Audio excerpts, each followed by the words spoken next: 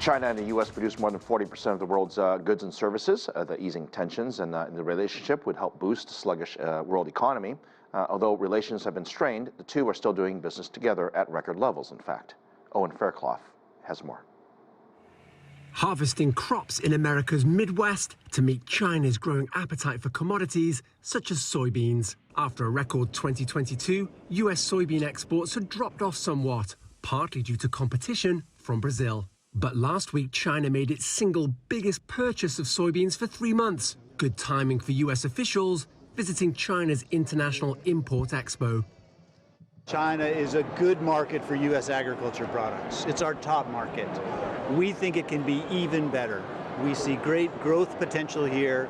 But there are unresolved trade tensions hanging over from former President Donald Trump. He imposed duties on hundreds of billions of dollars of Chinese imports after accusing Beijing of unfair trade practices. China retaliated with tariffs on a smaller scale before the two sides reached a deal for Beijing to import more U.S. goods to redress a trade imbalance, partly reflected in those agricultural exports. But under the Biden administration, diplomatic relations sank amid unresolved trade arguments before both sides reconciled, though Washington has maintained many of the Trump-era tariffs. Yet the U.S. government's own accountants have previously warned that these kinds of tariffs backfire by reducing household income. China has expressed its concern over U.S. sanctions against Chinese companies, two-way investment restrictions, export controls, and tariffs against Beijing, asking the U.S. to respond with concrete actions. Owen Fairclough, CGTN, Washington.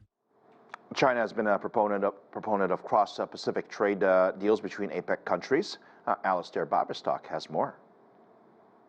At APEC 2023 in San Francisco, leaders from 21 member economies will meet to discuss trade policy in a region representing a substantial amount of global trade. Es una región de las más dinámicas. It is one of the globe's most dynamic regions, representing nearly 40% of the global population, 59% of global GDP, nearly half of all global trade and goods, and its countries moving 70% of global foreign direct investment. For years, one elusive goal has been the establishment of a free trade zone incorporating all APEC members, known as the Free Trade Area of the Asia-Pacific. An FTAAP deal would create the world's largest free trade zone. China is a long-time proponent of such an agreement. The US, however, in recent years has scaled back its support. With the US currently seeing some $2 trillion of annual trade with Canada and Mexico through the current North American free trade deal, the USMCA, analysts say Washington appears to prefer preferential trade with its geographical neighbors. Tech entrepreneur Luis Rosano was involved in Mexico's trade negotiations with the US during the Trump presidency. APEC itself, well, it says that we're interconnected. On the other hand, we know that we are regionalizing the value chains.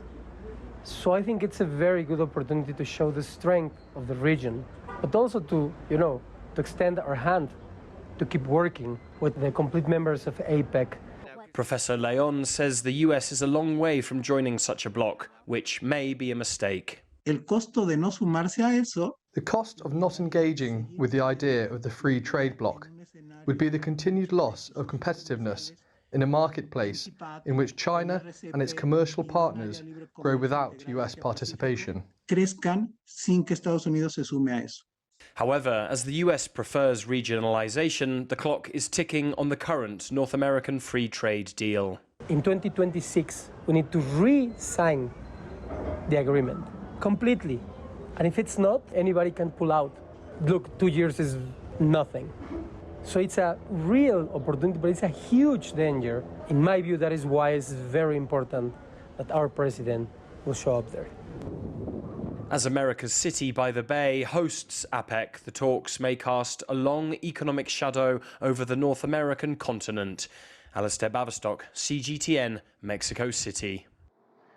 For more on the APEC meetings from Beijing, Einar Tangen joins us again, Senior Fellow at the Taihe Institute, Chairman of Asia Narratives. Einar, I know you've had a long day or morning, however you want to call it, but these are pretty big meetings that we had today, and of course we want to get your impressions so far. Well, Phil, I mean, you really kind of, if you go through the narrative, it's very simple. Xi Jinping was talking about avoiding crisis, win-win, a mindset that says let's look for opportunities, even though there might be areas where we don't understand each other. Biden, he was much more on the other side, zero-sum game. We're trying to manage crisis, which means he's anticipating it, and just not holding back on this kind of American exceptionalist idea that the U.S. really needs to be in charge. I mean, setting aside politics for just a moment, the economic narrative that we've always talked about between the U.S. and China, what would be considered a success? Because as you just heard from our packages and our reporters, business at least is relatively strong for both sides, going both ways. And so sometimes I feel like these politics, we say one thing, but the companies are doing another. Case in point, the big dinner that's coming up later. Oh, absolutely. I mean, corporate America is, fit to be tied. But, right now the United States is locked in polarized politics. Very hard to get the corporate voice heard. In fact, if you do speak up and you say, look, I need to make money and, I need to have a market, you'll be accused of not caring about the United States. So it's very difficult. But Phil, there is some light on the horizon. First off, the U.S. needs some help with bonds. You saw yesterday they did $30 billion in bonds, and the originator had to eat a quarter of them after raising rates. That is not good, especially with 1.5 trillion in bonds coming up next year, and more, borrowing as well. There's going to be refunds, et cetera. The appetite is not there. Things are kind of slipping away. And I think it's very clear that Janet Yellen was there at the tip of the spear because she's wants China to cooperate in that. Now, in return, I think here's a win-win. Let's drop the tariffs. This would take a quarter point out of inflation. It would increase trade. China tends to keep its reserves of treasuries on par with its the trade surplus. So that could be very, very positive for both sides. And, it's these little steps to engender trust, because trust has been lacking for a long, long time.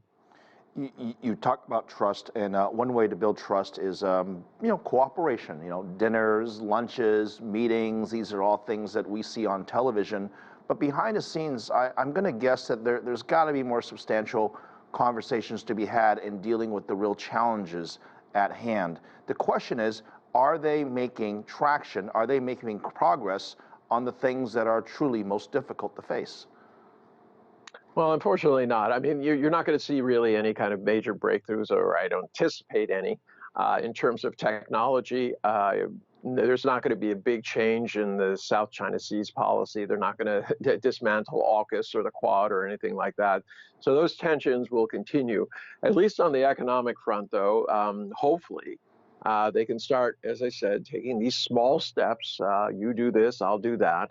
And if that works out, perhaps that is the basis for changing the relationship. From the Chinese side, they really do believe that there needs to be better and deeper communication between people.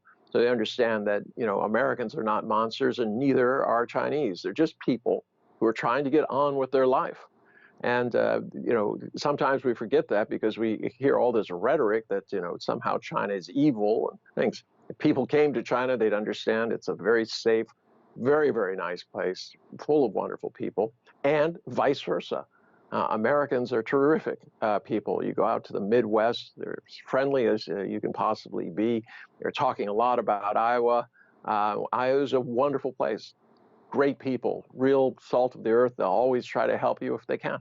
How do you think the Chinese delegation, there's a pretty large number of them down in San Francisco, when they leave at the end of the week, what is going to be the definition of success for them for this trip? Well, they like everyone else, the 19 other APEC members are holding their breath. They want to see some real action in addition to words. If the U.S. decides to put a big order in for a Boeing aircraft, that helps a little bit. China made its biggest order for soybeans in the last quite some time. That augurs well. There are so many issues that have to be cooperated on. This idea that you can separate the economies is nonsense. Everybody knows that. But it's one of those things where it's when you start playing populist politics in order to get votes to put you in office. Unfortunately, many of these guys are proposing things that just don't work, or just to appear like they have the answers. So it's a lot of hard work. There was a tremendous amount of effort put into these agreements. There were these subgroups that were working, Chinese and American, on trying to iron out exactly what can you do. And as I said, the businessmen and the rest of the world is waiting for this relationship to kind of get on track.